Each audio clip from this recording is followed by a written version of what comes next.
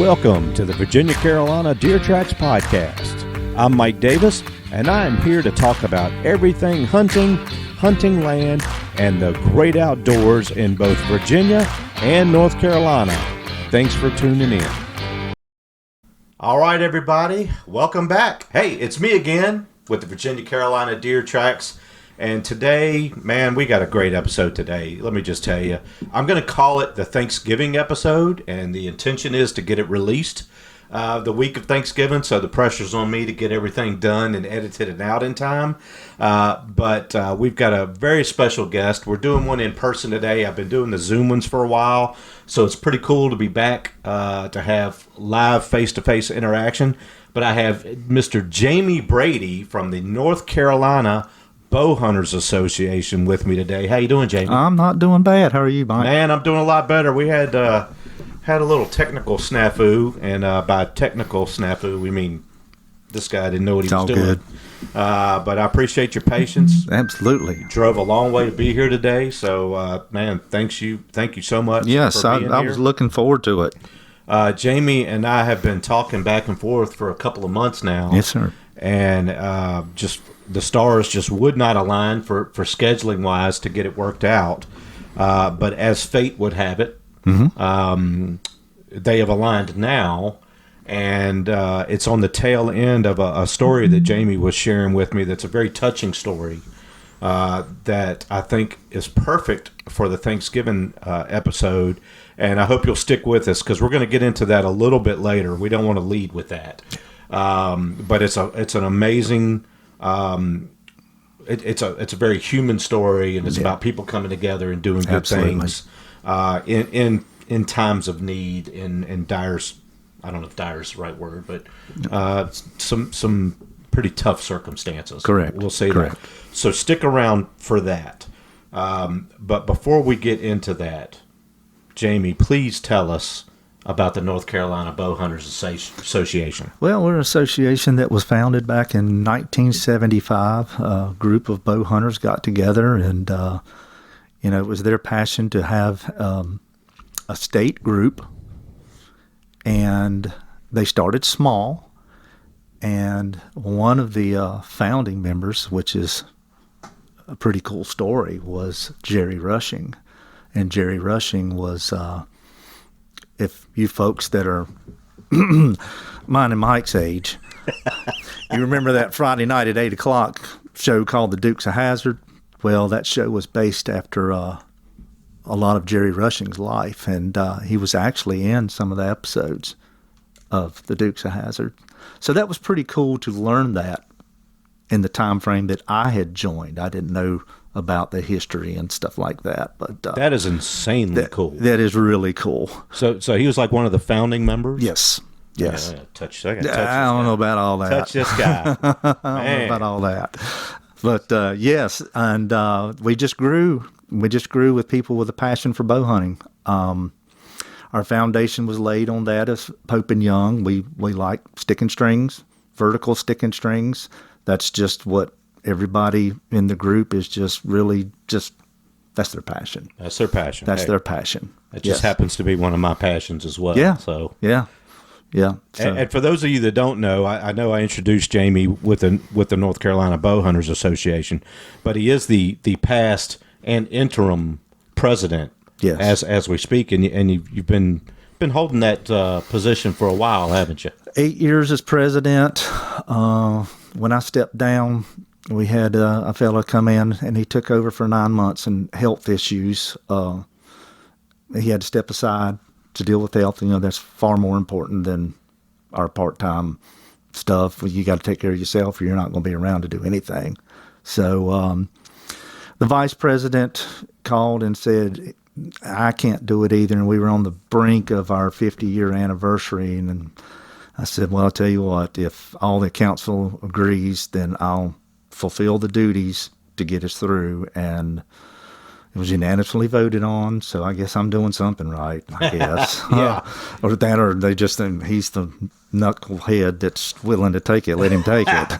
Yeah, I can relate. Yeah. I can relate. But we worked really hard. We had we came in, we divvied out all the responsibility, and we had an absolutely amazing 50-year celebration.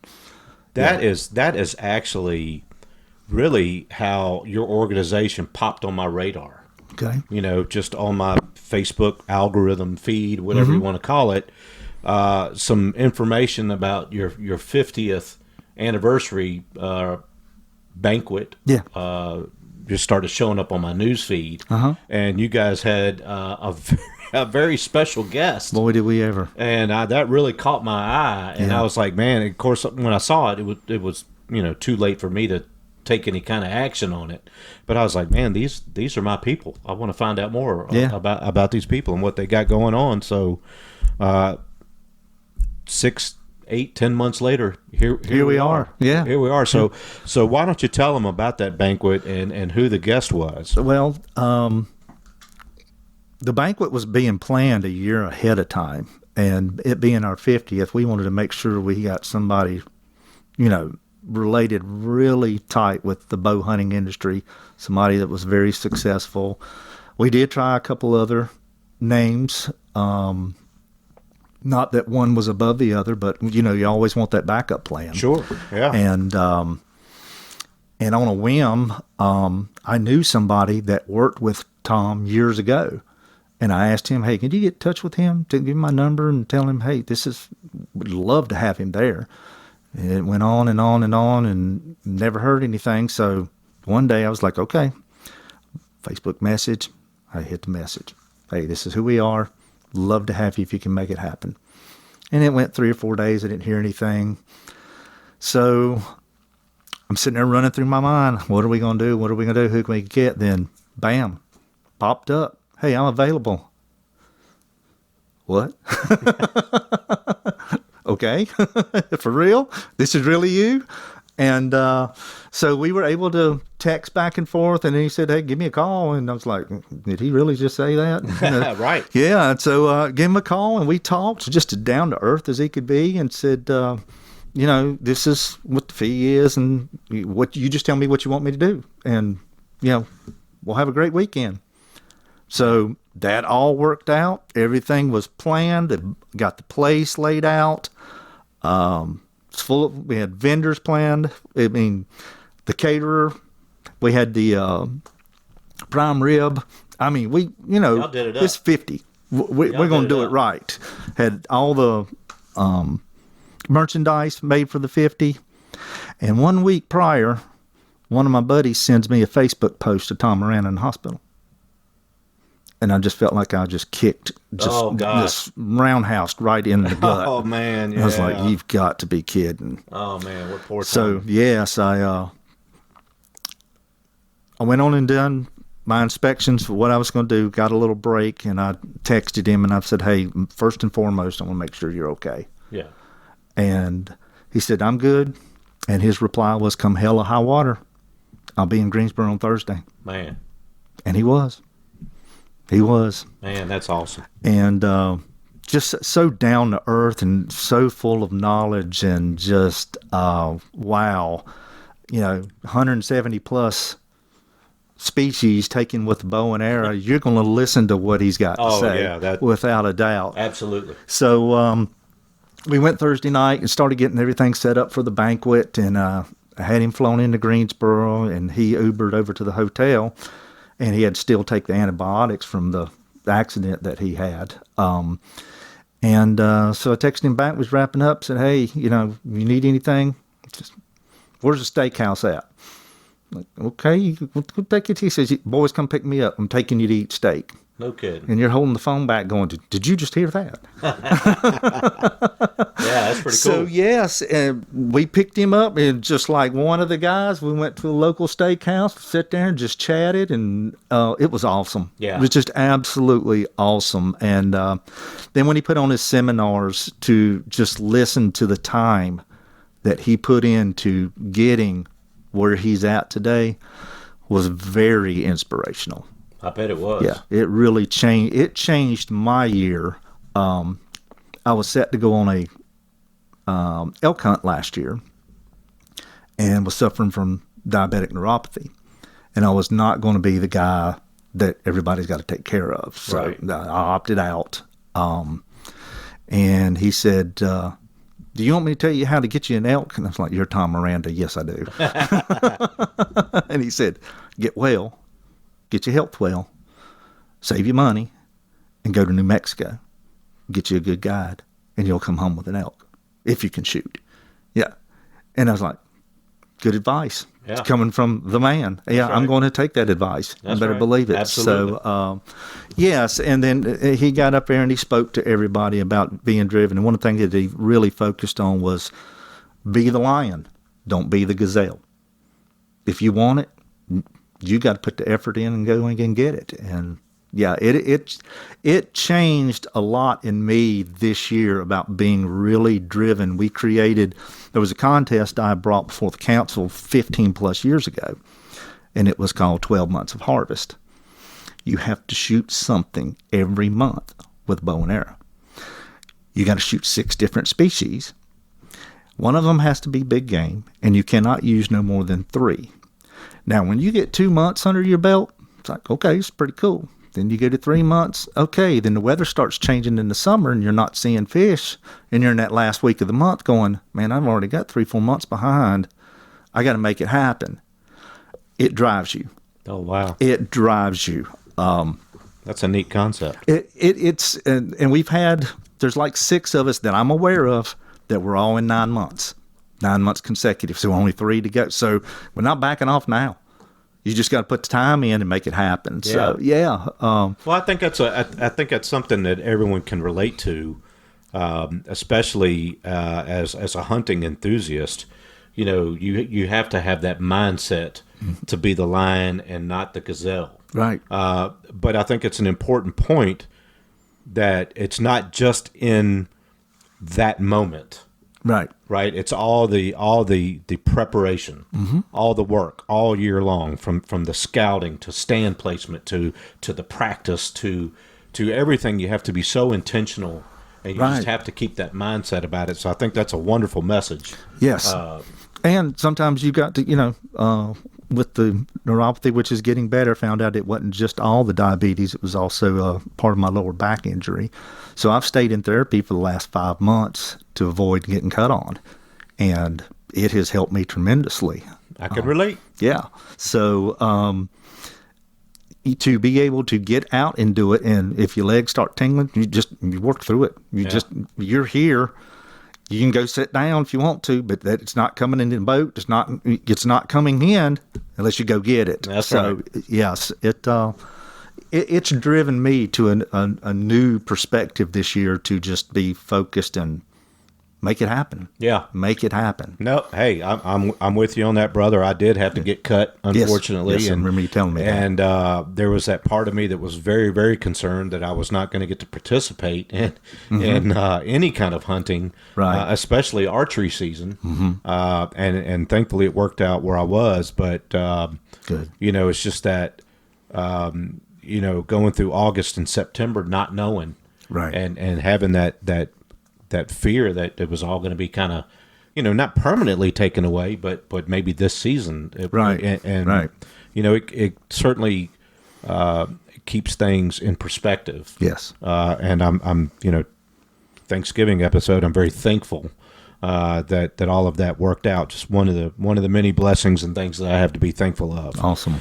Let's get back to the North Carolina Bowhunters. Sure. So this is just a bunch of archers. And you guys, your club, your organization is like 1,000 members strong, roughly. Yeah.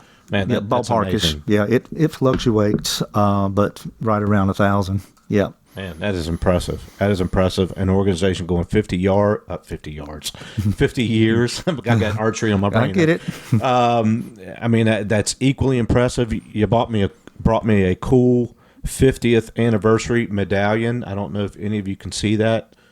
Jamie did the artwork himself on this with the stickers there too. So, man, thank you. That's You're welcome. very kind gesture. Yeah, very absolutely. nice. The organization also puts out a magazine. Yep. 4 times a year.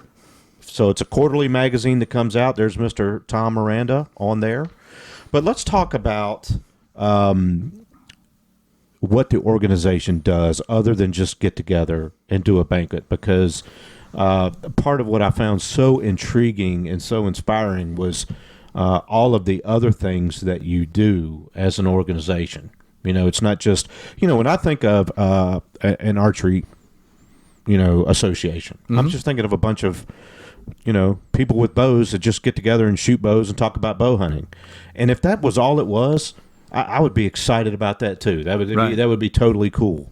But I think your organization has just really gone above and beyond, and kind of become a community staple, and do a lot of good community things. So why don't we talk about that a little bit? Well, one thing that any organization, especially as a bow hunter,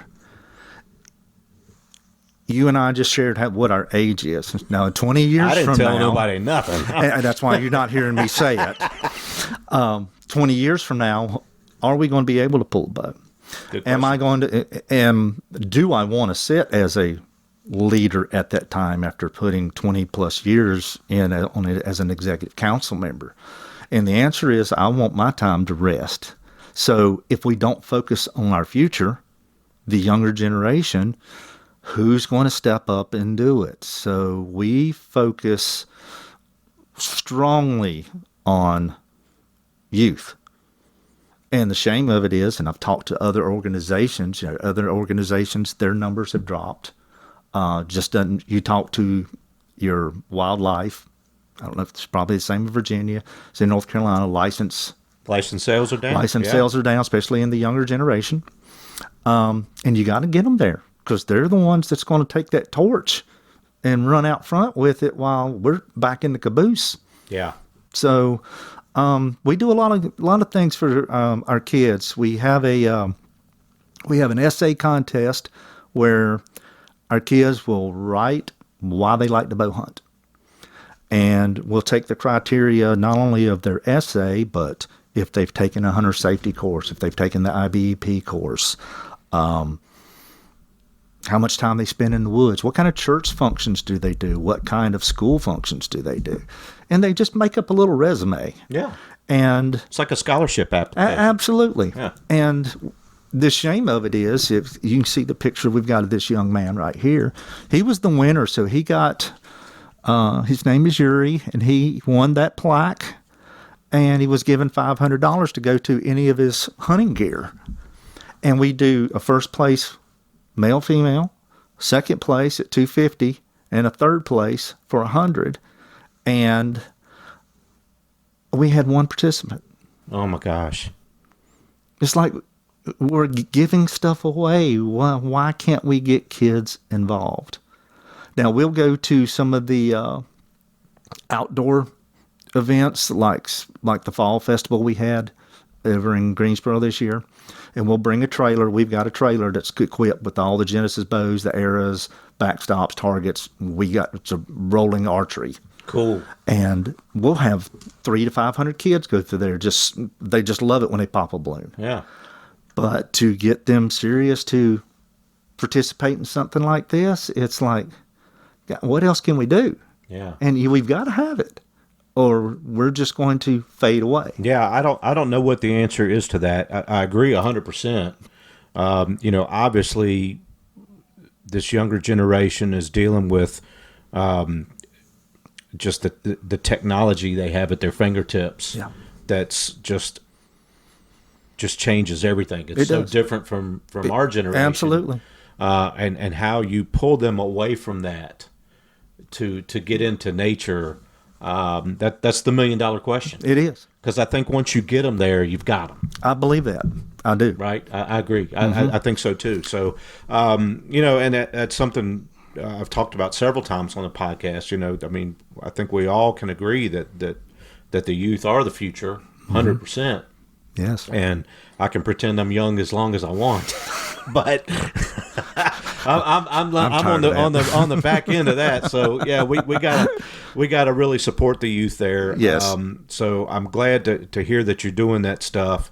By the way, I know you got a website, Facebook page, all that kind of stuff. So yep. We will promote all of those links. Appreciate that. And all of our material there, so people can go on there and tinker around, curious, do some research, that kind of thing. We'll get back to the membership in a minute. One thing I wanted to, this is just a sidebar. You were talking about hunter's education. Then you mentioned something, I believe you called IBEP. The International Bowhunter Education Program. Okay. Tell me about that. What is that? That is it's a national program. And instead of your hunter safety, which kind of blankets everything in the hunting world with the tree stand safety, firearm safety, the IBP is strictly archery. Strictly archery. I'm an instructor. And I try to do at least one class a year, but I break my class down, and I'll have several volunteers that help me out that are also instructors, and we go down to not just the basics of looking at all your equipment. We go to the science of it. We make you. We'll draw it out on the board. You're in the tree stand, and you got an elevation. Do you take off or do you deduct? Do you deduct or do you add? And then we'll draw the angles. We do kinetic energy formulas. Gosh, y'all getting into calculus and stuff. We do. We go into as deep as we can so that they can understand the theory of the light era gaining speed. Well, I'll bring two students up, and I'll get a 3/4 inch piece of PVC, and I'll get a 1/2 inch piece of rigid. And I said, y'all about to fight. Which weapon do you want? Well, of course, they're going to grab the rigid pipe. And I said, why do you want that? Well, when I hit him, it's going to knock him out. Right. But why would you? This is light. Ain't that going to be faster? And they're like, well, yeah. And then the light bulb goes off. I see where you're going with that now. Yeah. That's the point of teaching them kinetic energy. Don't get that super light getting close to blowing your bow up. Get you some weight behind it to when it punches to carry the energy through, because as hunters, we want to be as humane as possible in harvesting our animals. Yes, we do. Yes. So yes, we teach that. We do blood tracking. We know how to mix up the fake blood, and it looks extremely real. Oh, man, this sounds really cool. Oh, yes. And we'll go out and we'll take a 3D target out in the woods, and we'll just drip, drip, drip, drip. Oh, man. And then we'll take like a group of 6, and then one man gets on point. When he finds it, the group goes until the next one finds blood, and then so on and so on. So everybody gets on point. Everybody gets to help search. Man, that's amazing. So that's yes, really we really take it. We go in depth with our classes. Man, that is. We do. I'm grinning like that is so cool. Yeah, we do broadhead tests. We'll show you. I'm like, am I too old to do this? No, I'm like, I kind of want to go through the class. No. I've had guys in there that's like, I've been bow hunting as long as you are old, and I actually learned something. And I said, well, that's the key. I want to get that feedback that you've learned something today. Yeah, man, that's hey, I mean, I've learned something just in the fact that I didn't even know that existed. Oh yeah. So that is very, very neat. Again, just another way that you are supporting, introducing the youth into the sport. Yes. Which I endorse 1,000%. But you guys support the youth. Well, in addition to supporting the youth, you also kind of support the needy, whether they are archery enthusiasts or not. You were telling me about something called wrapping reindeer, mm-hmm. And that sounds like a pretty neat charitable kind of program that is part of your organization. Yes. So let's put a plug in for that, because we're heading into that season. So what we've done is it's been almost 10 years ago. One of our local clubs had I think they called theirs the Christmas Cheer, and they would support our local county and help families in need during Christmas, and they would solicit businesses and stuff like that to help contribute to, give some joy for those that can't get it at that time of year. So I brought to the council that, hey, I'd like to donate to theirs from the state organization, because I just feel it's important that we contribute to that. And it was mentioned, said, well, why don't we let them continue to do their thing and we just reach out to the state? So we started reaching out to different counties every year. So some years we'd get 2 counties, and we'd go to the social workers and say, pick the ones that that need stuff the most. And tell you, it's absolutely heartbreaking when you see a 10-year-old child put on a Christmas list laundry detergent. Oh, man. That's when you sit back and you go, I got that stash 20 in my pocket, but right there it is. Right. Yeah. You throw that in there. Get their laundry detergent and whatever else they want. Yeah, that gets to you there. And this year we picked Yancey County, which was one of the counties that was hit really hard from last year's hurricane. And before I sent the list off to the young lady that's taking care of it this year, she was looking at, boots, coat, lost in flood last year. It's like, man. Yeah. Yeah. We live in this age where everything is just in our face 24/7, and it's such a rapid news cycle that hurricane honestly feels like it was like 5 years ago. Mm-hmm. And when you stop and think about it, which I just did, it's really just a little over a year ago. Over a year. And even so, it's just hard to imagine that those folks are still going through those struggles. And I think that I think we just, as society as a whole, I think we forget it because it's no longer in the news cycle, so we don't see it every day. So we're like, okay, everything's better down there now, so now we can move our focus to somewhere else. Far from it. But obviously, there's still a thing. So yes, I think that is, amazing. And even though it has nothing to do with archery or hunting, I think it is absolutely a worthy cause and incredibly commendable that your organization has that kind of outreach, a program. So, bravo to you guys. Well, we appreciate that. We don't do it for the pat on the back, the recognition. We do it because it makes you feel good that you can do something for somebody else in need. Yeah, that's the whole point of it. Well, before we get into the story that I teased earlier, maybe teased is not the right word, but speaking of feeling good, let's go back to the membership thing for a minute. Okay. What is it? What's membership look like? What does it take to be a member of your organization? Go on the website, which will lead you to the Wild Apricot site, and fill out the application. $30. You get those 4 magazines. You get to enter into all of our contests. We have, let's start in January. Sometimes we do have a rabbit hunt. We do have a turkey hunt. We have a freshwater bow fishing tournament. We have a saltwater bow fishing tournament. We have a picnic. We have a week hunt at our campground. We do own our own campground at 12.5 acres.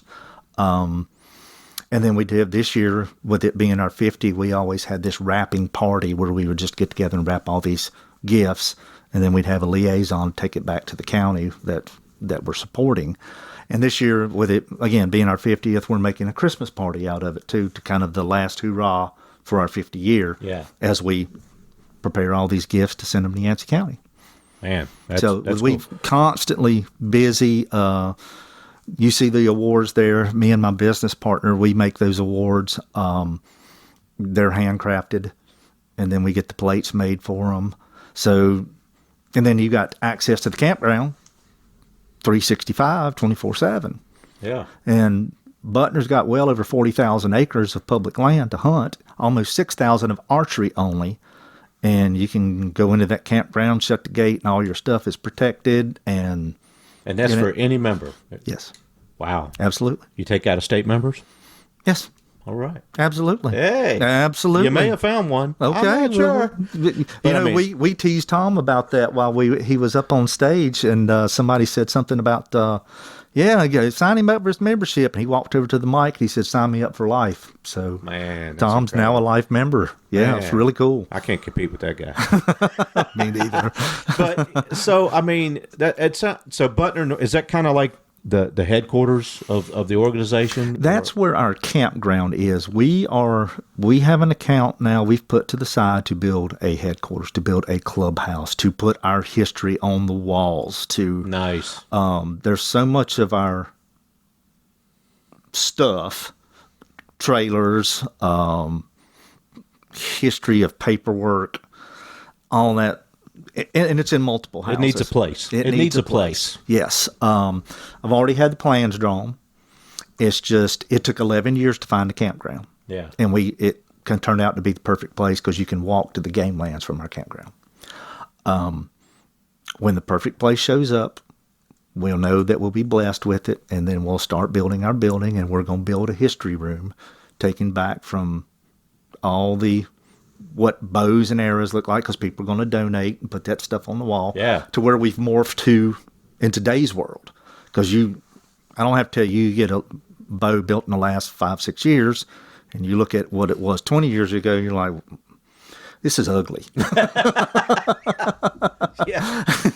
This does not look like a bow. But you don't notice it at the time, right? Right. When you upgrade, you don't notice it. Then you go back and look at some old photos, or you actually go back and pick up the bow, and you're like, whoa, what Exactly. What is this caveman looking thing? So when I upgraded 4 years ago, I went to a local shop. The Boneyard's a big supporter of the NCBA. And I met with Jonathan, the owner, and he goes, how does the president keep a bow for 11 years? I was still shooting my Matthews DR2s.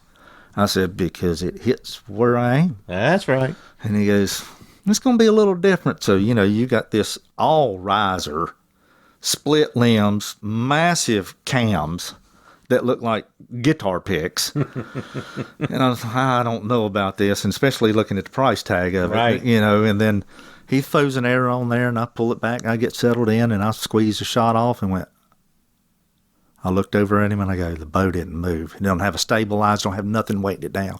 He just started grinning. He goes, I know. I'll go ahead and ring you up. For two. Oh, my gosh. For two. Oh, yes, man. sir.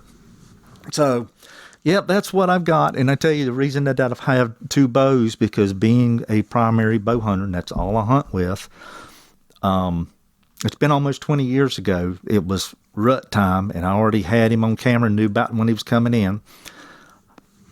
Hooked my lifeline up, went up tree stand, my bow's on the haul line, started pulling it up, snap broke. Landed on the cam, first thing, and then when the sight fell down, it broke the sight. Oh. And I had one. Now I have two. I will not be in that position to wait 3 weeks to get a bow fixed anymore. I understand that. So, I think it would, most people are like, what do I need two bows for? But you go through that one time and you're done. Yeah. That's it. Yeah. Especially if that's all you do is bow hunt. Yeah. So, and we won't talk about how many bow fishing bows we got. We don't need to get into that. But yeah, so overall, I mean, this is obviously an archery organization. But you do the cool humanity stuff. So if you want to get involved, if you're an archery enthusiast in North Carolina or outside of the state, Yeah. So you can be a member outside of the state. I mean, $30 is $30. It's $30 is $30, but in the grand scheme of things, it's really not that expensive. It's almost a cost of lunch in this day. And we've got a $2 million liability policy that every member is covered under. Wow. So you've got the magazine, you can see, and we've sent some of our magazines to other state organizations. He goes, man, you've got we have a pamphlet. Right. It's like, well, we want to put something out there that's, you guys are big time, man. Yeah, cool. That's really, they say, wow, I want that's really cool. I like that. And, so we try to give as much as we can. And, we're going from the youth. And then also while we're on the topic of youth, we lease a property just behind our campground, 90 some acres. And that is for first time hunters, disabled hunters, and kids. That's why we lease it. Man, that's for amazing. them to start to learn, for them to get their first deer. Wow. Yes. So, we do our best to promote it. I would say so. I mean, there are a lot of people. I think everybody is on board with getting the youth involved, and I probably said that already. But you guys are actually hands-on. Y'all are actually doing it. You have things in place that is, encouraging and educating and getting them out there. That is just amazing all the way around. One other thing I want to touch on before we get into our Thanksgiving story. Sure. Tell me about the Fred Bear Award. Oh man. That was an award that had been given away respectfully twice in our 50 years. Twice in 50 years. Did you hear that? Twice. And the thing was, I helped make the award thinking it went to one of the master awards. So we've got a program, Master Bowhunter, where it's really tough, and we've got a family of 3 that have accomplished it. It's a 100-inch deer. It's, I believe, a 16-inch bear, a true wild boar, not a feral hog, that comes out of the 6 mountain counties, the counties where the elevation is like that, and a turkey. And you don't have to do it all in a year. You've got to make sure you get them all. Right. And I was told we need 2 of those because there was one fella that has done it twice, amazingly. And there was a young lady, was the first lady, and she was the daughter of the second fella that got it. And then her brother got it, and now she has it. Wow. So we put this massive chunk of lumber together, trimmed in walnut, and it is really happening. And it's really heavy. You better have something solid on the wall to hang it. And then I meet Eddie at the banquet, and we've got the one award put together, and then he shows me what he's made for his daughter, and I'm like, well, what do they need the other one for? So I just let it go. I was so busy running back, getting everything, worked out, make sure everything went smooth when we went to dinner for the award ceremony. And we do what's called our executive awards first, which could be membership related, outstanding service, stuff like that. And you can look through that magazine right there and see all the different shapes and stuff that we make. And I got ready to wrap up, and the records chairman said, wait a minute. And I turned around, and he's got this massive chunk that I helped build. and then he turns, and I see my name on it, and I see pretty much that image on it, and I just speechless. And then Tom came up there to help present it, and just wow. So I just held it up and got a standing ovation, and it was like, this is so humbling. It's not, look at me, it ain't got nothing to do with it. It's just humbling. Man. So humbling. And I was riding that high all weekend. Took Tom to the airport Sunday morning so he could get on the flight back home. And what was really, really cool about this, we spent all weekend asking him questions. Pop him in the car on the ride, and all he's doing is asking questions about me and where did I get started and I'm like, oh my. Right. I'm just your shuttle guy right now. Yeah, I'm the chauffeur. Yeah, and then when they got him to the airport, got his bag out, and he said, you keep in touch. And I was like, this has been is something bad happening to me next week? Right. That's what I've asked. But why do you say that? I said, because we don't have this much good happening all in one weekend. But he texted me when he got home, said, keep in touch. And then Monday, I started getting phone calls. I just seen you on Tom Miranda's Facebook page. I'm like, what? Started scrolling through, was like, oh my gosh. Yeah. That was just the cherry on top of the sundae. Like I said, very humbling. Just, paint that picture. Just imagine, you're getting the Fred Bear Award, obviously, it's the third one in 50 years. Mm-hmm. So it's not something that's given out lightly. And it's presented to you by Tom Miranda. Yeah. I mean, dude. Yeah. That's next level. That is next level. Like I said, it's humbling. And did you, he pointed at something earlier. Did you already have that tattoo before that? Or yes. Yeah. So, the man's got a tattoo of Fred Bear's ghost on his forearm. Yep. Yeah. It probably won't show up well here, but that's a serious archer right there. Pretty dedicated to it. Yeah, I would say so. I would say so. One. I would say so. So let's transition here into our Thanksgiving story, because that was something, you just said, hey, it's something bad getting ready to happen, because good things don't happen. But I think good things do happen. Mm-hmm. And it's because of the people behind it. So, right. I'll set the stage, and I'll let you, and I'll try not to mess this up. I certainly can't remember the names, but there was a one of your members, typical family, husband, wife, 3 young kids, four young kids. Yep. And one of them was recently diagnosed with leukemia. Yes.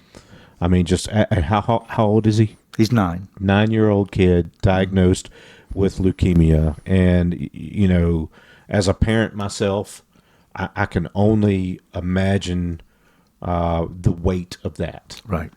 How would I deal with that? What would you do? I can't even wrap my head around it. But I'll let you take it from here. So rather than just sit on the sidelines and just say, hey, we wish you well, let us know if there's anything we can do. Yeah. Which I'm not saying there's anything wrong with that. Right. But I guess what I'm saying is that your organization actually put together a plan and did something wonderful for this young man. Absolutely. And I want these folks to hear about it too. Well, the parents are very good friends of mine. The father is a contractor. Me and him have worked together for 12 years outside of NCBA. He's been our program chairman, so he helps set up at the Dixie. He helps sets up the banquets. And very busy fella. And he texted me one evening that we were supposed to work on one of our side jobs and said that his son had gone to the doctor complaining he was hurting, and they noticed he was bruised really bad. And they did a little bit of blood work, and that kind of, let's see where we're at. And then, of course, that's where they got the diagnosis. And I've known all of their children since they were born. So it was, man, this ain't real. This ain't. I've known this kid since, like I said, he was born, and right. They're all good kids. And so they got the diagnosis, and then they got started with the treatments, and how life had changed dramatically for them. So their church has helped out, their family has helped out, and I. When I kept up with them, and like I said, I talked to them coming up here today to find out how he's doing. I went to the council and says, we've got a fund that was put aside years ago when a guy that owned a local archery shop. It's what he was all about was kids. When my kids shot 3D when they were small, we always wanted to go to JR's because JR gave a trophy this big to the kids. Yeah. It was like, we can go to the other guys and get one that big and you can be the adult and, win. But he always made sure the kids were taken care of. So we have a memorial fund in JR's name. And the initial principal you can't touch, but the interest it builds, you can do whatever. And we hadn't touched it in several years. I'm like, I'm going to ask you guys, can we buy this kid a bow? And I don't want to stop there because right now the young man's getting a lot of attention. And you've got a 5-year-old, a 7-year-old, and a 10-year-old that also need attention. And so I said, and I want to go buy all the kids something as well. If anybody disagrees with it, I'll figure out how to pay for it myself. And unanimously, it's like, no, yes, we're going to do this. So I started shopping immediately, and I got on the phone with Boneyard, and I said, Jonathan, this is what I need, and this is who it's for. So he made sure on that next order that we got that one come in. I had to have one parent working on my side because I couldn't surprise both of them. Right, so I didn't want Chris to know. And so Mom went in and got his measurements, got his favorite colors and all that stuff. And we had this thing completely dressed up for him. Got the bow case, got everything, the arrows, the release. It's all there. And so when shopping for the kids, I got a 5 and a 7. So what can I do for the 5 and a 7? So I was like, we're a bow hunting organization, so we're going to stem this all around bow hunting. So they all got matching camouflage backpacks because you got to have your backpack, put your gear in. Gotta have it. We got to start for everybody. The kids, they got all of them got a water bottle. All of them got a Real Tree T-shirt. All of them match. They got little knickknacks, but I was able to find archery and young kid hunting coloring books. Oh, wow. For the first two, the Nice. 5 and the 7. Oh, yeah. And so as soon as they pulled that out, they're grinning ear to ear, and you don't hear nothing out of them other than where's the markers, where's the crayons. They're busy. Yeah. And then went to the oldest, and she had shown interest since her dad's a contractor in drawing. And she was drawing little scales of tree houses and actually writing not to scale. And I was like, that's impressive. Yeah. I was able to find a kid's drafting book. Nice. And a sketch pad. So that's what I got for her. And then Timothy ended up with short sleeve shirt, long sleeve shirt, beanie, gaiter, gloves, coat, pants, the whole shebang. But the key is when I showed up there, Chris had no clue I was coming there, and he was like, well, what are you doing here? I'm like, well, yesterday was my birthday. You didn't wish me happy birthday, so I drove over here to chew your out. So he goes, sorry, happy birthday. Oh. So what I did is I sat down with all the kids, and I said, hey, I want all y'all's attention. Things are a little different now, aren't they? And your brother's going through some tough stuff right now. And he really needs to know that all of you guys are behind him and love him. And if he's not feeling good, just give him a hug and let him rest, because what he's going through is tough. And I made them all pinky promise. Hey, y'all pinky promise on this? Yes, we will. And that's when I started giving the gifts. And then I gave Timothy all the stuff. And I said, something else I forgot. And I came back with a hat signed by Tom Miranda saying, good luck, get well soon. Right. And 3 DVDs, which I didn't explain. And when I contacted Tom about this, I was like, hey, this is what's going on. Just tell me what I owe you. And he says, just tell me an address. And he sent it. You know, I mean, anything. You're going to send it to him. So we've got pictures of Timothy with that hat. He just loves that hat. Been watching the DVDs. His mom said this week, after he's been in the hospital for 12 days, that Sunday when he started feeling a little better, you want to watch TV or something? I want the DVD player and I want to watch my hunting videos, which was just awesome. Man. Awesome. That's Yes. So we did all that. We got pictures. We made sure that everybody's going to support their brother. And my wife was sitting next to Timothy's mom, and she says, you think he can do a little better? I said, probably. So I said, Timothy, I want to ask you something. You and your sister share a bow. And Dad's got to adjust the bow between the two of you when you want to shoot it. So while you're getting better, can she shoot the bow? And yeah, she can. So we can let Sissy just take care of that. I said, man, that's awesome of you. I appreciate that. And that's when I walked in the other room and came in with the bow. So, again, I want to teach the kids. It's all about give to your brother. He needs you right now. Give to the family. And then we gave Mom and Dad gift cards this is for y'all to go out to eat to a really nice restaurant. Let the family come over. Y'all get away for a night or two. And here's some gift card for need. So it was great. wow. It was great. You know, you actually shared a video of part of that happening. You recorded it, and man, it just brought tears to my eyes. I mean, what a touching thing. Yeah.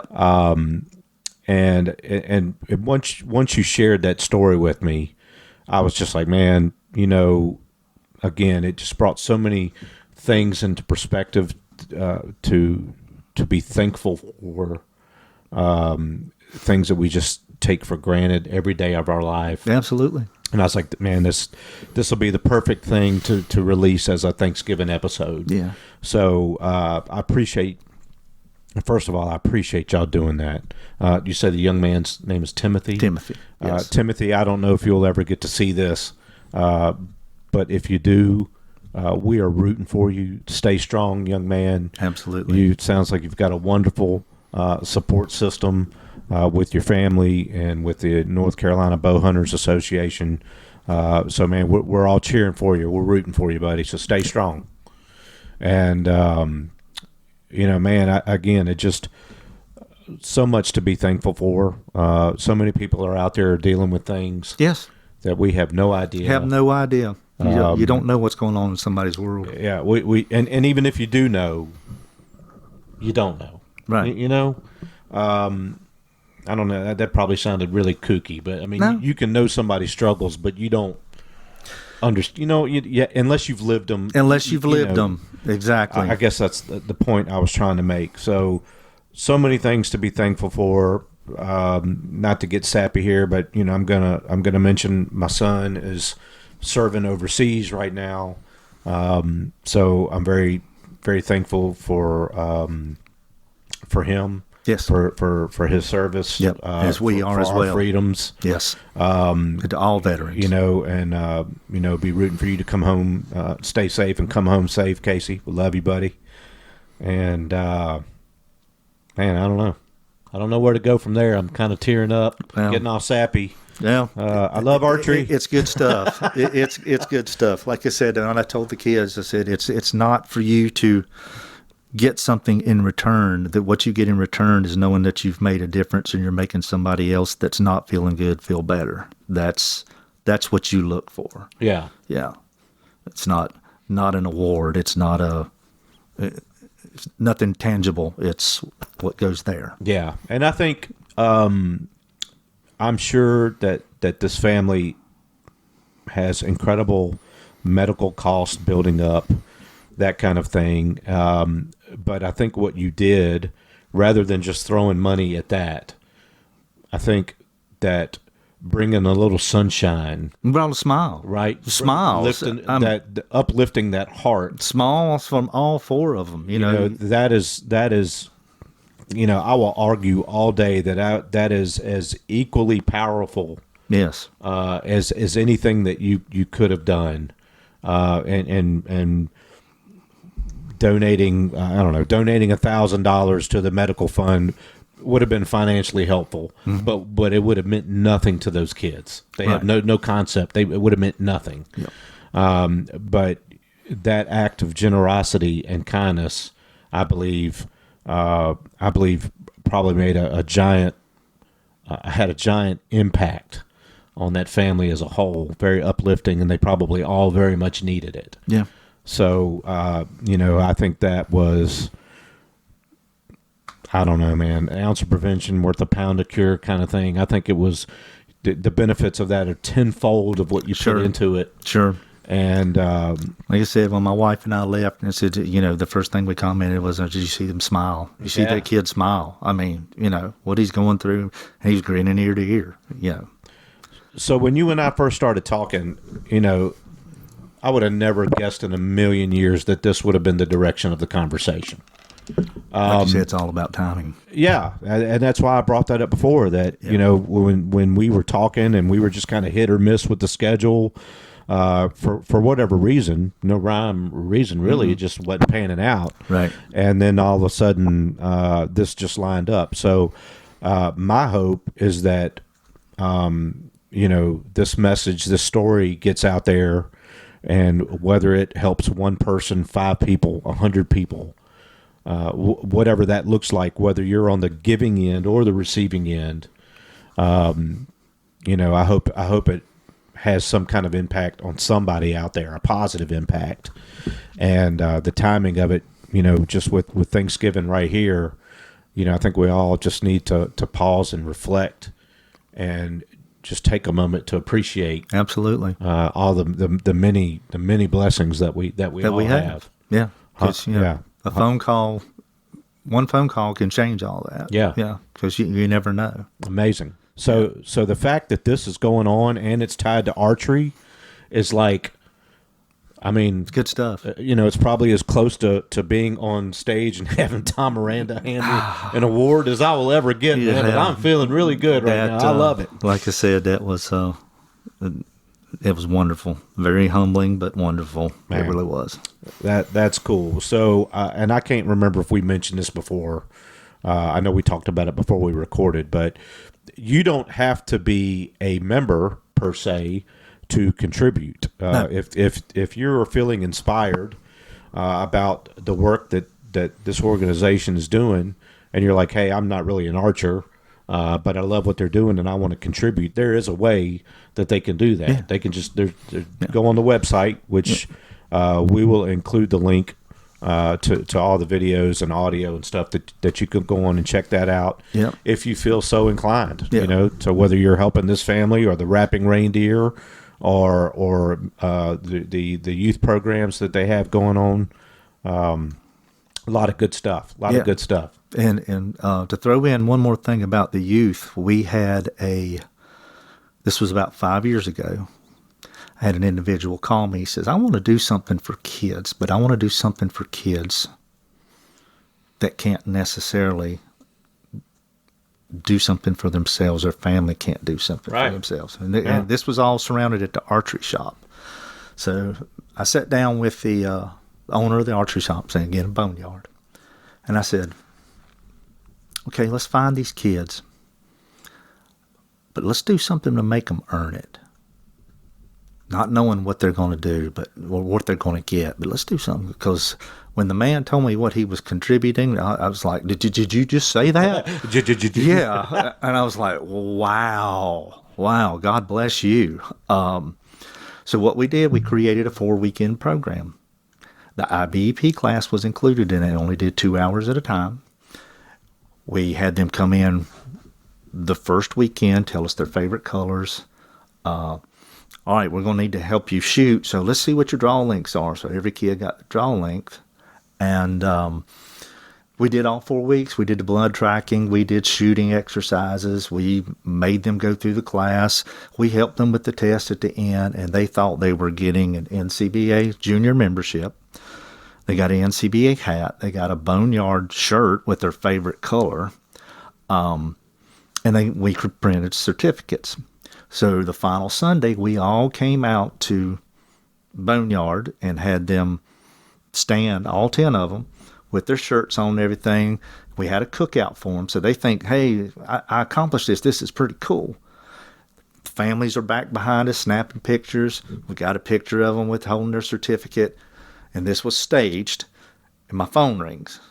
And I pick up the phone and say, the owner's initials are JB. So were mine. Hey, JB. Hey, JB. I need you to hold those kids there. Okay. Well, I think they're ready to eat. Yeah, just have them hold on just for a minute. Okay. So, children, you guys got to stand here for just a minute. And him and his staff walked out, and every one of them got a brand new bow set up. Holy And they had no clue. Wow. No clue. Man. And the faces that were just... That's incredible. Just in pure shock. And that was a pretty happening moment. And we've kind of had to let the program settle, because what we ended up happening, and this is what's shame, is because our youth chairman interviewed a lot of kids. Yeah. And he truly found the ones that the families were struggling. When they find out about it, you get everybody calling in, hey, how come my kid get it? Right, how can my kid get in? He can't come this weekend because he's playing travel ball. Yeah, well, right. Say no more. Come on. Yeah. So that was another thing we did for kids that was really, really awesome. Yeah. And I'm sure that'll revamp up again when it's settled. Most people forgot about it, and we'll pull it out of the hat again. Well, I tell you what, Jamie, I feel like we talked about so many things, and archery was very little of it, and that's okay. Yeah, I really didn't expect any of it to go that way, and I'm kind of spitballing here. I'd love to do another episode with you, absolutely, sometime down the road. Sure, and I think it would be cool if I came to whatever one of these events that y'all do. Okay, whether it's an IBEP class or whatever. I think it would be cool to come down there and like shoot bows with you guys, Sure. and video some of that stuff. We're gonna get you on the water. We're not gonna say much about it. Don't tell my wife. I love you, honey. It's not a new hobby. It's just an extension of the same hobby, so it doesn't count. It's all bow. It's just all all related to It's a all bow. bow. That's it. It's not bow fishing. It's bow hunting on the water. That's right. Exactly. So Jamie's pretty persistent on that. So I think I'm going to have to give that a try. So Yeah, we'll make that happen. So we've gone about an hour. I think we've said a lot of great things. I hope we've presented the NCBA in the light that it deserves. I hope I've done a good job of Absolutely. And, greatly appreciative of that. that. Yeah, you got y'all go out there if you're in North Carolina, especially. And you're not involved, please get involved. This is a worthy association. I'm in Virginia. I'm just across the line, but I can guarantee you I'm going to get a out of state membership or whatever it's called. And I've been following the organization on Facebook, and it's full of great stuff. And I'll continue to follow it and support you guys. Appreciate that. Any way that I can. As an archery enthusiast, man, I'm just plumb eat up with it. And love to see all the goodness beyond archery that is coming out of this. Yes. So, any last minute thoughts, ending thoughts? I guess parting shots, we'll call it. Well, no, I want to thank you for having me here today. Again, it's the NCBA is just like an extended family. We just really we have each other's back. We do a lot of stuff together. We love the camaraderie, get your kids involved. I don't have to say, you tell a child today hey, why don't you go outside and play? You're looked at like you've grown a second head. Like, what? Go out, what's outside? Right. It's not from where we grew up, but we need to find those kids to carry on for us. We can't do it forever. And, Very true. They're the future. 100% true. 100% true. So I'm so glad that you decided to come do this in person. Absolutely. It means a lot. I know you traveled a long way, so it means a lot that you have me. I'm going to treat my man to a bite to eat since it came this Down with far. that. We're going to go break some bread together. So thank y'all for tuning in. I hope you enjoyed it. I hope you learned something. And whether it's this organization or another organization you're involved with out there, this is a great time of year to get involved and do some good for the rest of the world out there that may not be able to do it themselves. So Absolutely. Thanks for tuning in, everybody, and be sure to check out the North Carolina Bowhunters Association. We thank you. All right, we'll see you next time. Thanks.